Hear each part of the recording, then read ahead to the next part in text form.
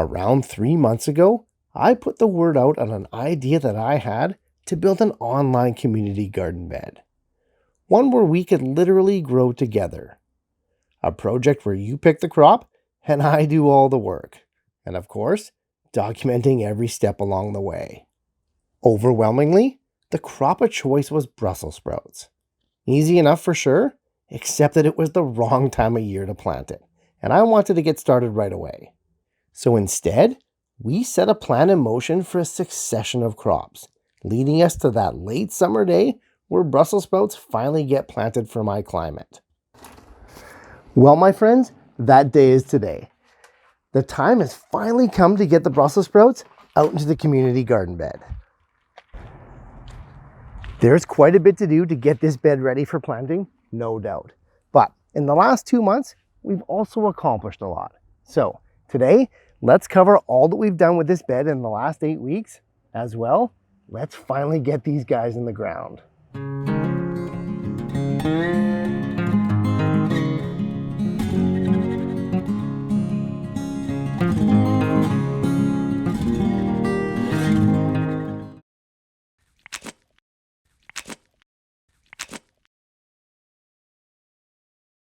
As we saw in the previous 2 installments of this series, this 2x8 garden bed was initially cleaned, cleared, and set up for sugar snap peas as well as radishes.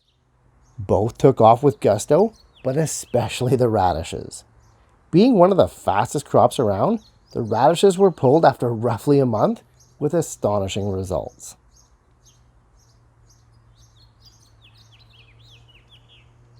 The peas were equally as impressive eventually. An 8-foot tall trellis was constructed and the peas got to work climbing almost immediately. Oregon Giant was the variety of choice, which is an extra large snow pea. And as a snow pea, they're harvested as immature pods, which, once it got going, there was an almost endless supply of fresh sweet pods for close to 2 months. Pea plants don't last forever though, and eventually the gravy train dried up. Fortunately, just as our seemingly endless supply of pea pods was starting to run out, we realized that we needed those pods to dry out anyway so that we could save the seeds for the next batch. As all of this was happening at the back of the bed, the area in the front vacated by the radishes left a gaping hole. Which was by design because it gave us the opportunity to plant yet another crop, or maybe 2. And take this opportunity we did. We planted some well-established starter plants in Black Beauty zucchini and mixed it in with some tiny Tim cherry tomatoes. With 40 days of growth already on these well-established starter plants, they had plenty of time to produce.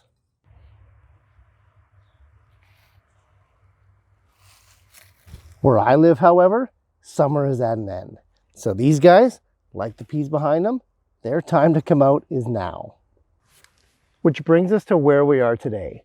Let's clear out this bed and finally get our brassica beauties in the ground.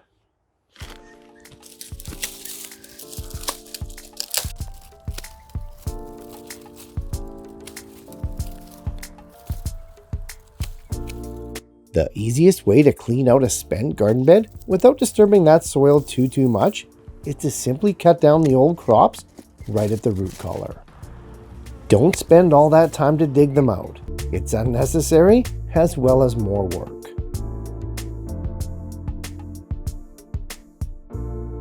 Peas, zucchinis, and tomatoes leave behind a lot of foliage. I'll likely break all this stuff down and use it as a mulch elsewhere in the garden. It's kind of funny. What looked like a complete disaster took all of about 6 minutes to clean up. Once you get in there and get going, it's amazing how much tangible work you can do in the garden.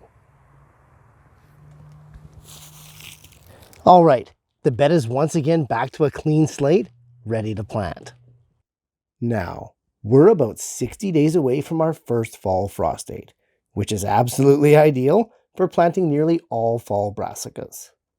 Planted as established starter plants like this, they'll be maturing for harvest just in time for those first fall overnight frosts. That cold is going to increase the sugar content making these beauties absolutely delicious. Brussels sprouts should be planted about 2 feet apart. That's some big spacing. In an 8-foot bed like this, that's only going to let us plant about 4 plants. So instead of straight up grid spacing, let's zigzag plant these guys to squeeze more in. Oh yeah. Hey, no doubt spacing these guys is important. But how do we get the Brussels sprout starter plants to this point in the first place? Well, for that, we got to walk it back about a month and a bit. When I last left you, I had planted the Brussels sprout seeds in a 10-20 speedling tray. With our summer heat, they came up beautifully in about 8 days. Around day 25, they achieved that magic number of 3 sets of true leaves. At this time, I moved them on to larger pots. I knew my garden and the time of year wasn't ready for these guys to go outside quite yet, so I moved them on to keep them alive. Now, they haven't been fertilized other than the new soil I got when I replanted them. Don't get me wrong, they still look great, but I think we may give them a boost today. I don't normally fertilize when I transplant, but today might be the exception. Okay, for planting, like we said, let's zigzag those plants. I'll pre-dig the holes for the plants first, as the spacing is going to be much easier to visualize that way. Even with all that mulch, the soil below is quite dry, which I guess kind of makes sense because the zucchinis and the tomatoes and the peas, well, they've been end of life for a while now. Regardless, dry soil is a complete no-no when planting established plants, so I'm going to go ahead and water each hole thoroughly to prevent any transplant shock. Simply bury the young Brussels sprouts right up to the existing root collar, and then fill back in with some soil. I often use some new potting mixes at this time, just to give the plants an extra boost.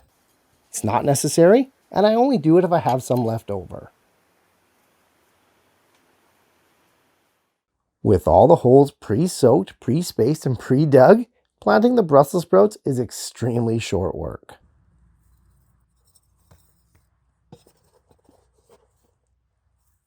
There we go, all planted up. We do need to water, but first we gotta mulch. A nice thick coat is gonna help lock in all that moisture, keep the temperatures moderated, and keep the top few inches of soil bioactive. Good stuff.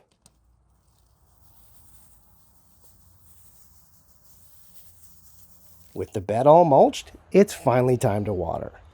Normally with transplants, I only use water right after planting. But, like we said before, I'm going to give these guys a little boost today.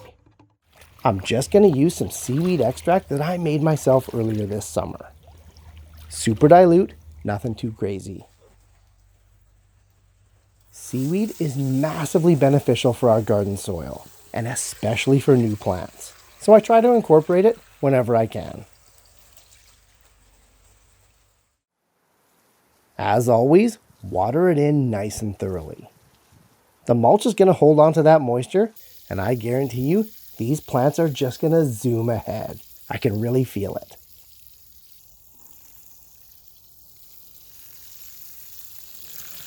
All right, the bed is finally planted as promised, and our Brussels sprouts are underway.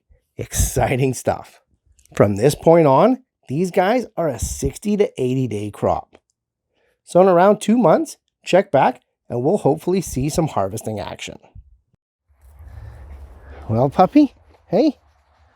You want to eat your Brussels sprouts? Yeah. Okay, come on. Off you go. Go. Go. Okay, go. Go. Go. Go.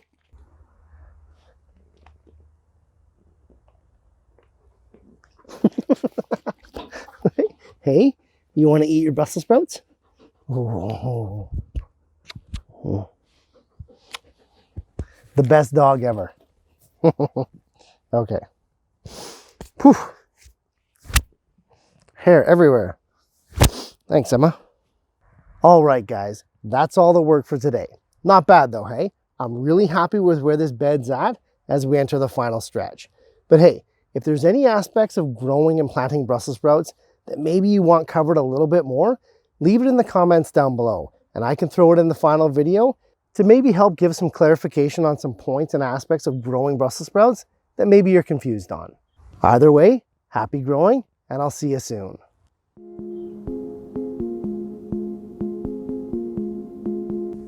Hey, thanks so much for watching, guys. I appreciate the support more than you know. And if you're getting value from these videos, please like and share them to spread the word and help your fellow gardener to grow better.